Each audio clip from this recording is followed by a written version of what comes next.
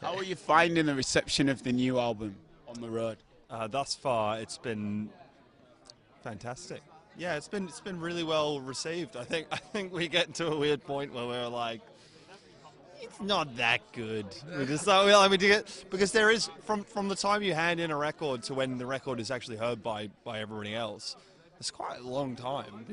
I mean, what is it, about 4 months or something? 5 months? We actually went insane after the record was finished, and it's like, I don't even know what this is anymore. And we actually got to a... It's even music. To a humble position. Especially like the fucking Amoeba bit. Like, oh my god, like that was like a sort of one-off, completely delirious take that was basically a personal joke. Yeah, which I normally would have edited out, but I'd been smoking the lead. But you know what I mean, though. Going back to what I mean by the friendliness of the album, it felt like you just wanted to step up and just showcase what you're about, and the fact that you felt comfortable to leave that in, felt like it's not about what anyone's about. It's the collective. It's just a bit of fun. We were like, this is fucking funny. This is like. And now to see people lean and vibe. It's a good vibe. But it was also kind of like, it was one of the last things that we did on the record, and by that stage it was like, just leave it. We sent it to the label, and like almost anticipating they'd be like, oh, what the hell is that? But and there was just emails going, great, like a new dimension on the record and all this, and we were like, and we still feel like we're just kind of getting away with this personal joke somehow. Do you feel, in all earnest, though, like that's the banter, because you're making your own sound, and because you've got that creative freedom, and you can push the boundary that the sky's the limit and beyond, because you are able to drop things in, but you're not just doing it for the sake of impressing. You're doing it for yourselves, because you got the formula of hooks that work, but grooves that are fucking styling it. Everything's a balance, like I think that obviously we don't want to be one of those kind of, we get put into that sort of psychedelic sort of world. We don't want to be like one of those psychedelic bands that's starts writing really cerebral lyrics about dimensions and time and consciousness and like, step into the image of a Vitruvian man, the kaleidoscopic mirror of the, like that kind of thing. Like, we just don't want to do that. But yeah, like... Mate, he was peering at me through a triangle the other day. Yeah.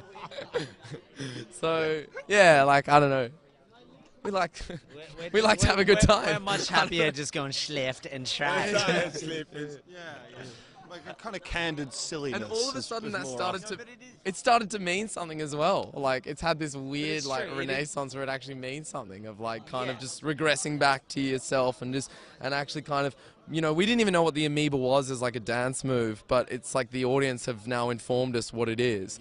And it can't be done as one person. It can't be done as two people. They say it takes, one person to break dance, 2 people to tango, fucking 1,000 people to do the Amoeba. You know what I'm saying? Like, so that's you just get the whole crowd, and it's unbelievable. When we see it, it's like everyone just goes schläft and schreit and schläft and schreit, and it looks incredible. And now that's the Amoeba. So.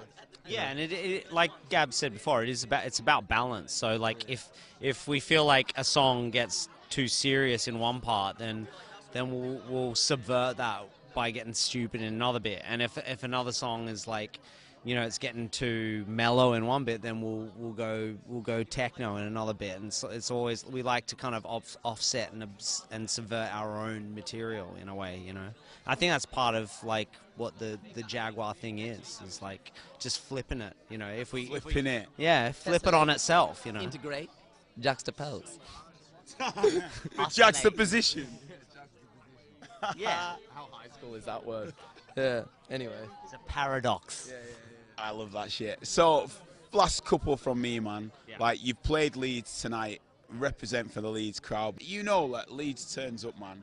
Oh, yeah, the cockpit was, like, that show was mental. At the end, they were singing, like, they were turning the songs into football chants, And it's just like, we don't get that back in Australia. That's where we're from, and it's just like, up north, they just kind of, they go to gigs like their life depends on it, and that's something that has inspired us as a band and lifted us out of like, this cynicism and like actually like this shit means something, you know, like playing music to people means something, and that's because of crowds like we get in Leeds and Manchester and, you know, all over England.